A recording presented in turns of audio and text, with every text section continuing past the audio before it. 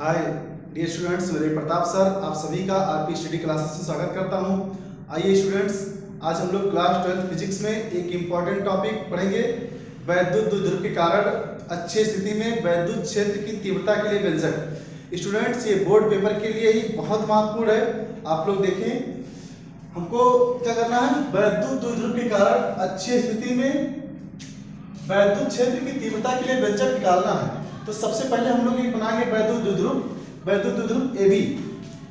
मान लीजिए ये एक बिंदु है, यहाँ पर माइनस क्यू आवेश है, और इस दूसरा बिंदु यहाँ पर है प्लस क्यू आवेश है। इसको ए देते हैं नाम, इसको नाम बी देते हैं। ये वैद्युत द्विध्रुव ए बी है। इसके अक्षीय स्थिति में, यानी इसी के अक्ष पर मतलब इसी की रेखा में अक्षीय स्थिति में कोई बिंदु P है जहां पर हमें वैद्युत क्षेत्र की तीव्रता के लिए व्यंजक प्राप्त करना है। तो स्टूडेंट्स, ये वैद्युत द्विध्रुव ए बी के बीचों बीच में एक मध्य बिंदु लेते हैं O, मध्य बिंदु O। इससे r दूरी पर देखिए, वैद्युत द्विध्रुव की जो लंबाई होती है वो होती है 2l। तो ये मध्य बिंदु O है, तो ये दूरी कितनी हो जाएगी, l हो जाएगी। ये भी दूरी क्या हो जाएगी, l हो जाएगी। तो ये l हो गया, और ये भी दूरी क्या हो गया, l हो गया।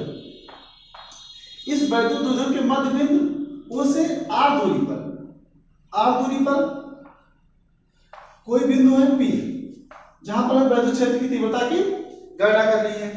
अब स्टूडेंट्स, हम लोग जानते हैं कि वैद्युत क्षेत्र की तीव्रता का सूत्र क्या होता है, E बराबर 1/4 पाई एप्सिलॉन 0 q बटा r स्क्वायर। किसी बिंदु आवेश के कारण वैद्युत क्षेत्र की तीव्रता क्या होता है, E बराबर 1/4 पाई एप्सिलॉन 0 q बटा r स्क्वायर। तो स्टूडेंट्स, इस माइनस q आवेश के कारण बिंदु P पर वैद्युत क्षेत्र की तीव्रता लिखेंगे, और इस प्लस q आवेश के कारण बिंदु P पर वैद्युत क्षेत्र की तीव्रता, और दोनों का परिणामी निकालेंगे तो क्या आ जाएगा, बिंदु P पर वैद्युत क्षेत्र की तीव्रता। तो स्टूडेंट्स, इस माइनस q आवेश के कारण बिंदु P पर वैद्युत क्षेत्र की तीव्रता लिखने के लिए बिंदु A से P की दूरी चाहिए। तो देखा जाए स्टूडेंट्स, तो बिंदु O से P की दूरी r है, और ये दूरी कितना है, l है। r प्लस l करेंगे तो बिंदु A से P की दूरी आ जाएगी। बिंदु A से P की दूरी क्या आ जाएगी, r प्लस l। ये क्या आ गया, बिंदु A से P की दूरी। अब स्टूडेंट्स, प्लस क्यू आवेश के कारण बिंदु P पर P की दूरी, तो देखा जाए तो ये बिंदु O से और बिंदु P की दूरी r है, और हमें चाहिए बिंदु B से P की दूरी। यानी इस दूरी में से अगर ये दूरी हटा दिया जाए तो BP यानी बिंदु P से B की दूरी आ जाएगी। तो बिंदु B से P की दूरी क्या हो जाएगी, r माइनस l हो जाएगा।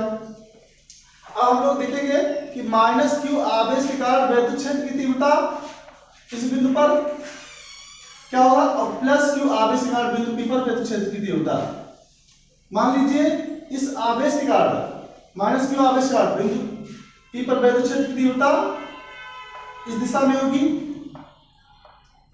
E1, और प्लस q आवेश के कारण विद्युत क्षेत्र की तीव्रता इस दिशा में होगी E2। स्टूडेंट्स, देखा जाए तो जिसकी दूरी अधिक होगी, जब दूरी अधिक होगी तो वैद्युत क्षेत्र की तीव्रता क्या होगी, कम होगी, और जब दूरी कम होगी तो वैद्युत क्षेत्र की तीव्रता क्या होगी, अधिक होगी। तो यानी कहने का मतलब है कि माइनस q से बिंदु P की दूरी अधिक है, तो माइनस q आवेश के कारण वैद्युत क्षेत्र की तीव्रता क्या होगी, कम होगी, और ये तीव्रता क्या होगी, प्लस q आवेश के कारण अधिक होगी। तो इसका परिणामी किधर आएगा, परिणामी इसका इस दिशा में आएगा। तो हम लोग लिखेंगे कि प्लस q आवेश के कारण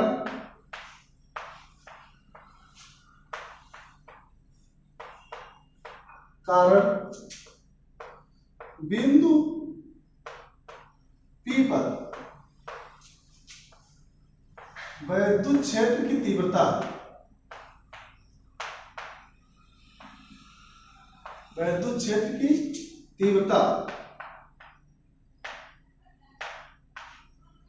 E1 बराबर ये माइनस q आवेश के कारण माइनस क्यू आवेश के कारण बिंदु P पर वैद्युत क्षेत्र की तीव्रता E1 बराबर 1/4πε0 माइनस क्यू बटा आर। यहां से बिंदु ए से बिंदु P की दूरी क्या है, r प्लस एल, तो ये हो जाएगा r प्लस एल का होल स्क्वायर। इसको समीकरण दे देंगे फर्स्ट। अब लिखेंगे प्लस क्यू आवेश के कारण, प्लस क्यू आवेश के कारण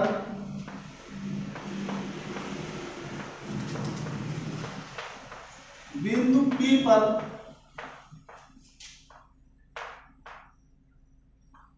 वैद्युत क्षेत्र की तीव्रता E2 बराबर 1/4πε0 Q बटा Q। अब R क्या होगा यहां से, ये R माइनस एल का होल स्क्वायर। इसको समीकरण देंगे सेकंड। अब हमें निकालना है बिंदु P पर कुल वैद्युत क्षेत्र की तीव्रता, तो लिखेंगे बिंदु P पर कुल वैद्युत क्षेत्र की तीव्रता, वैद्युत क्षेत्र की तीव्रता E हो तो क्या करेंगे, कुल निकालना है टोटल परिणामी, तो लिख देंगे E1 और प्लस E2। अब स्टूडेंट्स हम लोग क्या करेंगे, यहां से E1 और E2 का मान रखेंगे। तो E1 का मान क्या है, 1/4πε0 माइनस क्यू बटा आर प्लस एल का होल स्क्वायर, और प्लस E2 का मान 1/4πε0 क्यू बटा आर माइनस एल का होल स्क्वायर। स्टूडेंट्स आप लोग इससे स्क्रीनशॉट लीजिए।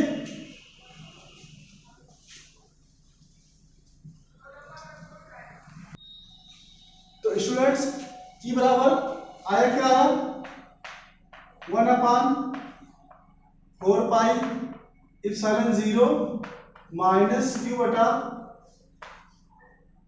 Are minus R plus L का होल स्क्वायर, और प्लस 1/4πε0 क्यू बटा आर माइनस एल का होल स्क्वायर। यह अब स्टूडेंट्स हम लोग क्या करेंगे कि इसमें देखा जाए तो 1/4πε0 और Q क्या है, कॉमन है, तो हम लोग क्या करेंगे Q बटा 4πε0 कॉमन करेंगे। तो देखिए स्टूडेंट्स, इसको ये चीज और ये चीज जोड़ा गया है, तो प्लस में हम चाहे 3 + 4 जोड़े तब भी 7 होगा, या 4 + 3 जोड़े तब भी 7 होगा। तो इसको हम आगे पीछे लिख सकते हैं। तो स्टूडेंट्स हमने इसको आगे लिख दिया, तो क्या हो जाएगा, ये यहां से जब Q निकल गया तो बचेगा 1/r माइनस एल का होल स्क्वायर। अब ये माइनस 1 यहां से Q बटा 1/4πε0 निकल गया, तो क्या बचा r प्लस एल का होल स्क्वायर। अब यहां से ये बचा Q बटा 4πε0। अगर देखा जाए तो इसका एलसीएम क्या होगा, r माइनस एल का whole square into r plus L का होल स्क्वायर। ये क्रॉस यहां जुड़ा होगा, ये इसके साथ जुड़ा होगा, तो हो जाएगा इसका r प्लस एल का whole square minus r minus L का होल स्क्वायर। तो यहां पर स्टूडेंट्स रहेगा Q बाई 4πε0। इस अगर देखा जाए तो ये क्या है, a प्लस बी का whole square. a plus B का होल स्क्वायर क्या होता है students, a square plus B square plus 2ab। तो यहां पर एक फार्मूला लगेगा, तो क्या हो जाएगा r square plus L square plus 2RL और माइनस इसको जब a माइनस बी का होल स्क्वायर लगाएंगे तो ये क्या होगा R square plus L square minus 2RL पूरे का बटा ये देखें a minus B a plus B. अगर एक ब्रैकेट में होता है a माइनस बी और दूसरे ब्रैकेट में a प्लस बी तो ये क्या सूत्र बनता है a square minus B square. तो ये क्या हो जाएगा R square minus L square इसका पूरे क्या होल स्क्वायर। अब देखा जाए स्टूडेंट्स तो R square plus L square plus 2RL यहां पर जब माइनस अंदर ले जाएंगे तो माइनस आर स्क्वायर और ये माइनस एल स्क्वायर और ये प्लस 2RL हो जाएगा। तो ये प्लस और ये माइनस इसके साथ कैंसिल हो जाएगा ये प्लस ये माइनस इसके साथ कैंसिल हो जाएगा। अब ये प्लस 2RL और ये भी माइनस क्या हो जाएगा प्लस 2RL दोनों जोड़ेंगे तो ये हो जाएगा क्यू बाई 4π/0 2RL और 2RL कितना हो जाएगा 4RL बटे क्या हो जाएगा R square minus L square का होल स्क्वायर।